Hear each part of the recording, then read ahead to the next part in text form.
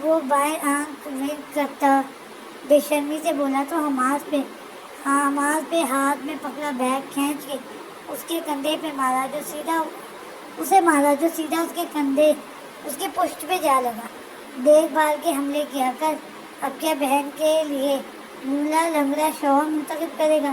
ایک ہاتھ کمر پہ رکھے وہ اس کا بیگ تھام کے اس کے نزدیک آیا، جو اب سکون سے یونی کے لان میں ٹانگیں پھیلا کے ہاتھ پیچھے وہ گھاس پہ پھیلائے بیٹھ چکا تھا۔ بکواس نہ کیا کر، حماس نے ناگواری سے ڈپٹا، لیکن اسے چندان فرق نہ پڑا تھا۔ بھائی ہم عاشق لوگ ہیں، ہم تو یوں ہی بکواس کریں گے۔ اسی کے سے انداز میں گھاس پہ گھاس پہ لیٹ ہوتا وہ ڈرامائی انداز میں بولا تو اسے ہنسی آ گئی۔ کتنا مزہ ہے جو اگر آغا جان کو پتہ چلے کہ تو کولمبیا میں پڑھنے کی بجائے ان کی پوتی کے متعلق عشقی بگاڑتا ہے۔ اس کی جانب دیکھتے ہوئے حماس نے لطف لینے والے انداز میں کہا تو ایمان نے غور کے اسے دیکھا۔ اتنا ہی مزہ آئے گا جتنا انہیں یہ پتہ چلنے پہ آئے گا کہ ان کا مغرور بد دماغ لڑکیوں سے 100 فٹ دور فاصلہ رکھ کے چلنے کا حکم صادر کرنے والا منہ پھٹ اور کمینہ ہوتا کمینہ پوتا ایک لڑکی کا لاکٹ گلے میں لٹکا ہے اسے نگر ڈھونڈ رہا ہے۔ وہ حساب برابر کرتے ہوئے گویا ہوا تو حماس کو ایک بار پھر سے خود پر دھاؤ آیا کہ نہ جانے کس منحوس گھڑی میں وہ اسے اپنی زندگی کا انمول راز تھما گیا تھا۔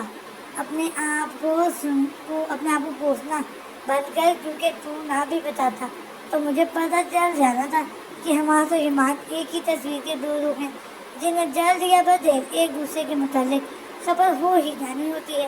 اب کہ وہ سنجیدگی سے بولتا کھڑا ہوا اور اس کی جانب ہاتھ بڑھایا، چل اٹھ، اگلی کلاس شروع ہونے سے پہلے کافی پینے چلیں۔ اب قسمت کی ستم ظریفی کی ہے کہ محبوبہ کی بجائے نیو یارک کی سڑکوں پہ اس کے بھائی کے ساتھ کافی پینا پڑ رہی ہے۔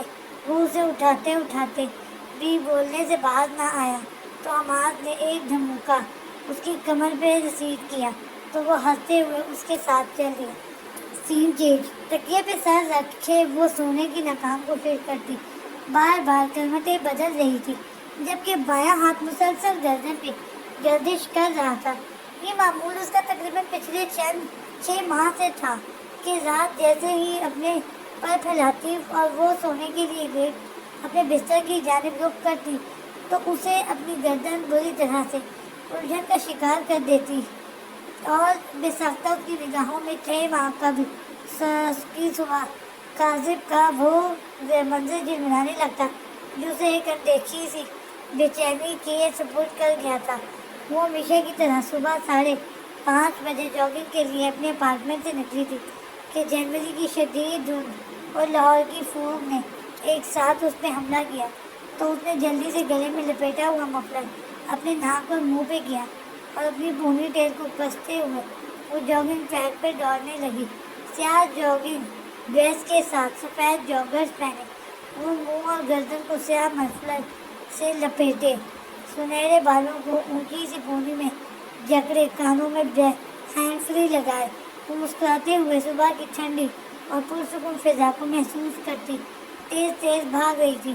اسے جاگنگ ٹریک پہ بھاگتے ہوئے 5 منٹ گزرے ہوں گے کہ اسے لگا کہ اس کا وجود یا ٹوٹ کہانی دیوار سے بری طرح ٹکرا کے زمین بوس ہونے لگا ہے۔ اسی خوف سے اس نے آنکھیں میچتے ہوئے سہارے کے لیے کچھ تلاشنا چاہا، لیکن ایسا کچھ نہ ہوا، بلکہ اسے اگلے ہی پل اپنی کمر کے گرد ایک انجانا سا لیکن دہکتا ہوا لفظ محسوس ہوا تو اس نے جھٹکے سے اپنی میٹھی آنکھیں کھولیں تو وہ جھنجھلا سی گئیں۔ وہ جو کوئی بھی تھا، اس کا چہرہ سیاہ ماسک میں چھپا ہوا تھا، لیکن اسے اس کی آنکھیں بھلا کی حسین تھی، سرمئی آنکھیں جو اس وقت بہت خوبصورت لگ رہی اسی پہ مرکوز تھی۔ اچانک پرندوں کی چہچہانے کی آواز پہ وہ جیسے ہوش میں تو اسے احساس ہوا کہ اس اپالو کے کس قدر نزدیک کھڑی اس کی ہڈی کو دونوں ہاتھوں سے جکڑے کھڑی تھی، جبکہ اس کے دونوں ہاتھ اس کی ہڈی کو جکڑے کھڑی تھی، جبکہ اس کے دونوں ہاتھ اس کی کمر کے گرد حائل تھے۔ یہ احساس ہوتے ہی اس نے اپنے ہاتھ اس پر سے ہٹائے اور فاصلے بڑھانا چاہا، لیکن دوسری جانب وہ اس پہ مائل دکھائی نہ دیا۔ لیو می اس کی دلکشی کے شہر سے نکلتی وہ ناگوار لہجے میں گویا ہوتی اس کے بازوؤں کی زنجیر توڑنے لگی، لیکن ایسا نہ کر سکی۔ What's your good name? اس کی مزاحمت سے بے نیاز وہ اس کو بہت گہری نگاہوں سے دیکھتا ہوا بولا تو اس کے سر پہ لگی تلووں پہ جا بوجھی، اتنا بھی گڈ نہیں ہے کہ رات چلتے لوفروں کو بتاتی پھروں۔ لیو می پوری قوت سے اسے پرے دھکیلتے ہوئے اسے اپنی گردن کو ایک جھٹکا سا لگتا محسوس ہوا، لیکن وہ دھیان دیے بغیر سخت نگاہ اس پہ ڈال کے اس کے پہلو سے گزر گئی۔ یہ دیکھے بغیر وہاں کھڑے اس اپالو کی سرمئی آنکھیں اپنی ہڈی کے سامنے والی چھوٹی زپ کے ساتھ لٹکے لاکٹ کو دیکھ کے کس قدر حسین رنگ سمیٹ لائی تھی۔ جاگنگ ٹریک پہ آگے کو بڑھتی وہ یہ جان ہی نہ سکی کہ اپنے اس ادھورے سے نام، دیدار اور ٹکراؤ کے بعد وہ حماس خانزادہ کو پہلی نظر کی عشق میں مبتلا کر چکی تھی۔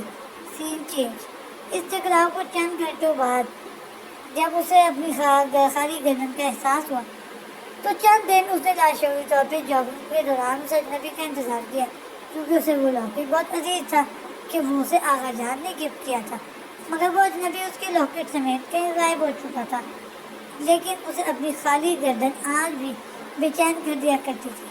وہ کروٹیں بدلتی نیند کا انتظار کر رہی تھی جب اس کے پاس پڑے موبائل کی رنگ ٹیون بجی تو اس نے موبائل اٹھا کے دیکھا۔ اسکرین پہ بلنک کرتے نمبر کو دیکھ کے اس پہ چھائی کسر مندی کہیں جائے بھاگ گئی اور اس نے بہت فیشن انداز میں کال پک کی۔ السلام علیکم۔ اس نے دوسری جانب موجود اپنے کلاس فیلو مارج علی کو سلام پیش کیا، جس کے متعلق اس کا دل اسے ہمیشہ یہی کہتا تھا کہ وہ صرف اس کا دوست نہیں ہے۔ وعلیکم السلام، کیسی ہو نورے؟ دوسری جانب سے بھی اس سے گرمجوشی کا مظاہرہ اس کے دونوں ہونٹوں پہ چھائی مسکان کو مزید گہرا کر گیا، اور پھر گزرتی رات میں ان کی سرگوشیوں سے جھلکتی محبت کو دیکھ کے چاند نے ایک اداس سی آہ بھری کہ وہ جان چکا تھا کہ اس فیری ٹیل کا انجام خوشگوار ہرگز نہیں ہے، کیونکہ اس فیری ٹیل کا ویلن ہیرو سے بھی کہیں پہلے جنم لے چکا تھا۔ سین چینج۔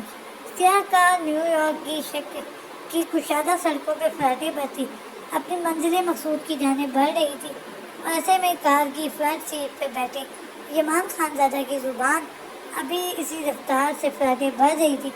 میں ایک دفعہ پھر سے آفر کر رہا ہوں کہ مجھے اپنے لیڈی کا لاکٹ دکھا دے، ہو سکتا ہے میں تیری مدد کر سکوں اسے ڈھونڈنے میں۔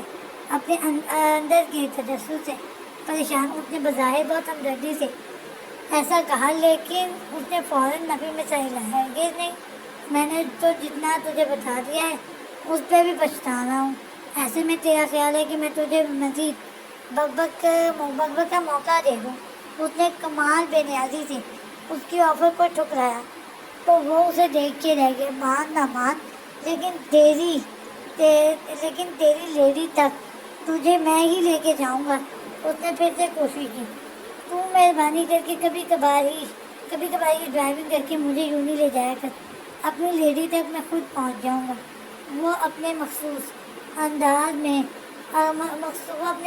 سے بے نیاز انداز میں بولتا کولمبیا یونیورسٹی کی پارکنگ میں اپنی گاڑی پارک کرنے لگا، لیکن اس سے پہلے کہ وہ گاڑی پارک کر کے کار سے باہر نکلتا ڈیش بورڈ میں پڑا اس کا موبائل بج اٹھا، جو اس کے کھانے سے پہلے ایمان نے اچک لیا۔ عائشہ بی بی، وہ اسکرین پہ دکھائی دیتے خوبصورت اور سحر انگیز چہرے کو دیکھتا خوشی سے چہکا جب حماس نے اسے ٹوکا۔ ایمان چوپے اسے پریشان نہیں کر، اس نے موبائل لینے کو ہاتھ آگے بڑھایا، لیکن وہ شاہانہ بے نیازی سے اسے پرے جھٹکتا موبائل کان سے لگا گیا۔